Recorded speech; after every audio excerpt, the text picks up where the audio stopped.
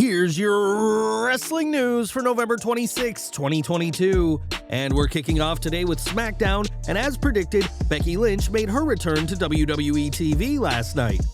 In her first appearance since the post-SummerSlam episode of Raw, Lynch emerged to join Team Bianca for Survivor Series Wargames, aligning herself with Bianca Belair, Alexa Bliss, Asuka, and Mia Yim. While fans predicted Lynch would return, it was still a huge moment, but now WWE has booked themselves into something of a corner. If Team Bianca loses, then Lynch's return will be underwhelming, but given how they've been booked, Damage Control could seriously do with a win at tonight's event. While the group currently hold the WWE Women's Tag Team titles, Belair and her crew have routinely gotten the best of Bayley, Dakota Kai, and Io Sky, and tonight's match could be no exception. It'll be interesting to see how Triple H and his creative team book their way out of this predicament, if they even can, but after nearly 4 months, the man is ready to go to war tonight at Survivor Series. SmackDown also saw the continuation of Bray Wyatt's feud with LA Knight, and once again, everything Wyatt touches turns to gold. On this week's episode, Bray denied attacking Knight, only to be called a liar from Uncle Howdy, and a phone number appeared on screen. Having learned from the White Rabbit that nothing is done by accident when it comes to Wyatt, fans quickly called the number and heard a psychiatrist explain that Bray is as much a danger to himself as he is to others. During a montage of Wyatt's character in WWE, there was even a brief nod to his time as Husky Harris in the new Nexus, all while Uncle Howdy said that Wyatt should tell the truth. As for Knight, he was in an understandably hostile mood backstage and was seen wearing an arm brace, but was once again attacked, all with the eyes of Uncle Howdy watching in the background. At one point, Howdy even teased unmasking, though that didn't happen, but it does look like this will be happening at some point down the line. The popular theory is that Howdy will be revealed to be a dark, twisted Bo Dallas, Bray's real-life brother. But with this storyline proving to be a hit, WWE would be wise to take their time with this angle. More from SmackDown now, as it was a few weeks ago that Sarah Logan returned to WWE, aligning herself with Eric and Ivar of the Viking Raiders. Given that Logan's husband is Eric, it shouldn't come as too much of a surprise that they've been paired together on screen, and the Wyatt Squad alum now has a new name. During last night's episode of The Blue Brand, Logan appeared alongside Eric and Ivar for their match against Hit Row, and the graphics for the Viking Raiders entrance revealed Sarah Logan as Valhalla. The SmackDown commentary team noted that Valhalla was her new name and that was given to her by the gods, and the Raiders in Valhalla were able to get the win.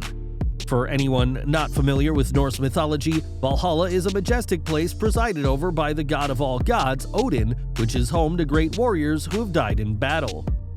Logan's name change comes days after WWE changed Mia Yim to Michin and promptly changed her name back, and it remains to be seen how Valhalla does in her new role on SmackDown. In May, Randy Orton went down with a back injury which has kept the Viper on the shelf ever since. WWE had hoped that Orton would be ready for SummerSlam and challenge Roman Reigns, but that didn't happen, and we've now received a sad update on his condition. Sean Ross Sapp took to Fightful Select to inform subscribers that Orton has required a fusion on his lower back, which means he'll be out for longer than already expected. The fusion surgery has already happened, though it's unclear when exactly it took place, but there are some in WWE who believe Orton will never return. Sapp noted how some in WWE said that the company would be fortunate to have him back, given how long he's been wrestling and the significance of his injury. For what it's worth, Orton told those backstage when he was initially injured that he will be back, but that was over 6 months ago, and there's been no sign of his return.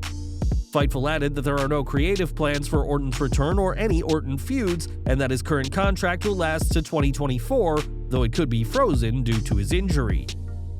Orton has had a career most wrestlers could only dream of, winning over a dozen world titles and headlining WrestleMania twice, and while people are trying to be optimistic, there is a genuine belief that Randy Orton's wrestling career may already be over.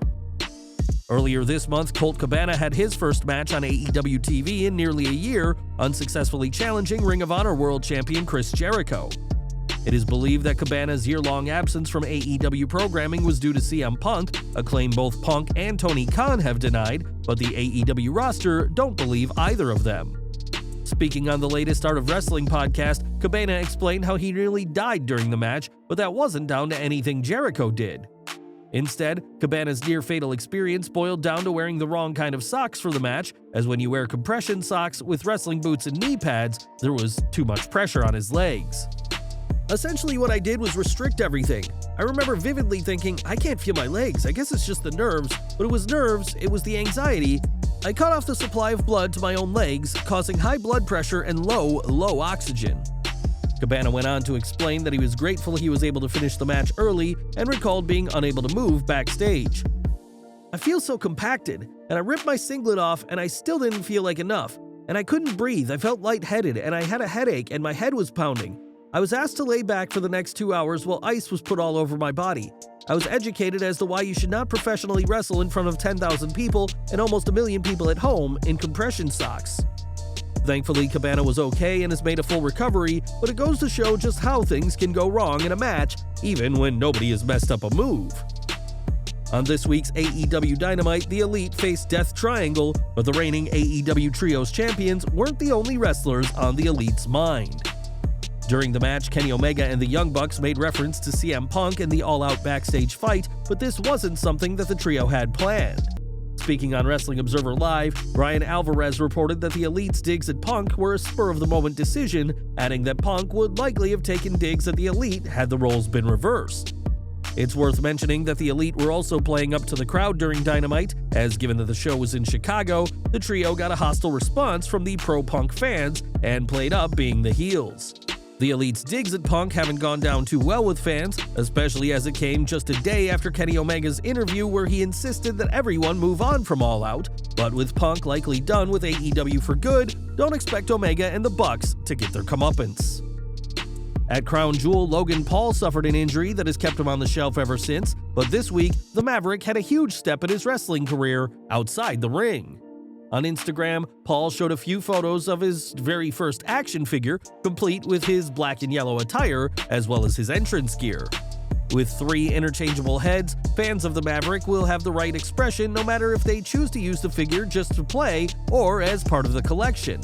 And we expect these limited edition figures to be quite the collector's item. And we're ending today with Matt Cardona, who has earned himself a ton of fans, both for his work in WWE and what he's accomplished since being released in 2020. Recently, Cardona surpassed 1,500 total matches in his impressive career, and he's celebrating in a rather unique way. Speaking to Inside the Ropes, Cardona offered a cool $1,000 of his own money to any fan who can recall all 1,500 plus of his matches.